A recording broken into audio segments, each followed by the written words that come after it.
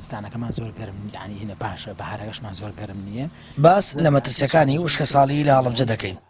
تا ئێستا بەراورد بە ساڵی ڕابردوو باران کەمتر باریوە.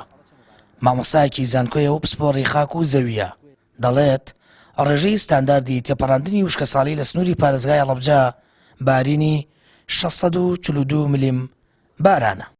بڕ تا ئێستا بڕێکی باش باریوە بە بەراورد بە چەند ساڵی ڕابردوو ئەم بڕی بارانی تا ئێستا هەیە باشە ئەگەر بێت و ئەم ماوەی وشکیە بەردەوام نەبێت ئومێدێکی زۆر زۆر باش هەیە کە بڕی باران لە پێویستی زیاتر بێت. میلیمیش ببارێ بەڵام بەهار نەبارێ بۆ گەنم وشکە ساڵیە. بەڕێوەبەری ناحی بیارە دەڵێت دوو جۆر وشکە ساڵی هەیە کە کاریگەری لەسەر دانەوێڵە و ئاوی ژەرزەوی هەیە بەڵام لە سنووری پارێزگای هەڵەبجە کەمتر وشکە ساڵی ڕوودەدات. هێشتا زستان و باریش بۆ دابارین لە بەردەستا ماوە و ئومێد هەیە ڕێژەی بارانبارین زیاتر بێت. لەگەر بەم ڕێژە کەمانش ببارێت لە 10 میلیم زیاتر بن 10 میلیم بۆ 20 میلیم ئەمانە توانێت ئاوی گەنم بە باشی بدات و ئەو ترسی کە فەلاحەتی لە وشکە ساڵی تێپەڕێنێت بە تایبەتی لەو کاتێک کە گەنەمەکەوێتە قۆناغی گوڵکردن ئەگەر بارانێکی باشیە بێت و بارانی هەبێت توانێت ئەوش ببڕێت و بەڵام لە سنووری گەرمیان و هەولێر وانە تا ڕادەیەک مەترسیدارترە چونکە ئەوان سا گەنم لە قۆناغێکی پێشکەوتوترە ئەگەر باران نەباری بێت تا ئیستا ئەوان بۆوان ئەبێتە وشکە ساڵی.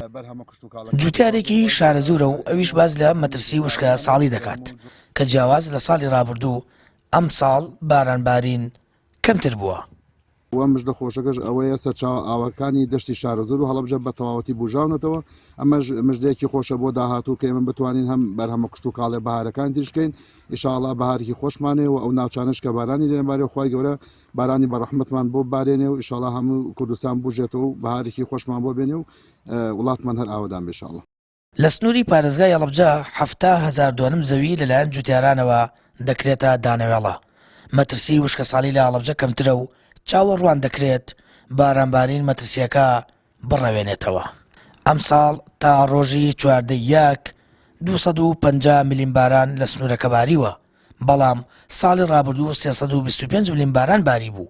لە ئەگەری کەم بوونەوەی باران و وشکە ساڵی کشتتوکاڵی هەڵەبجە هۆشیاری و ڕێنمایی بە جوتیاران دەدات. سامان فەتاح کەناڵی ئاسمانی پەیام هەڵەبجە.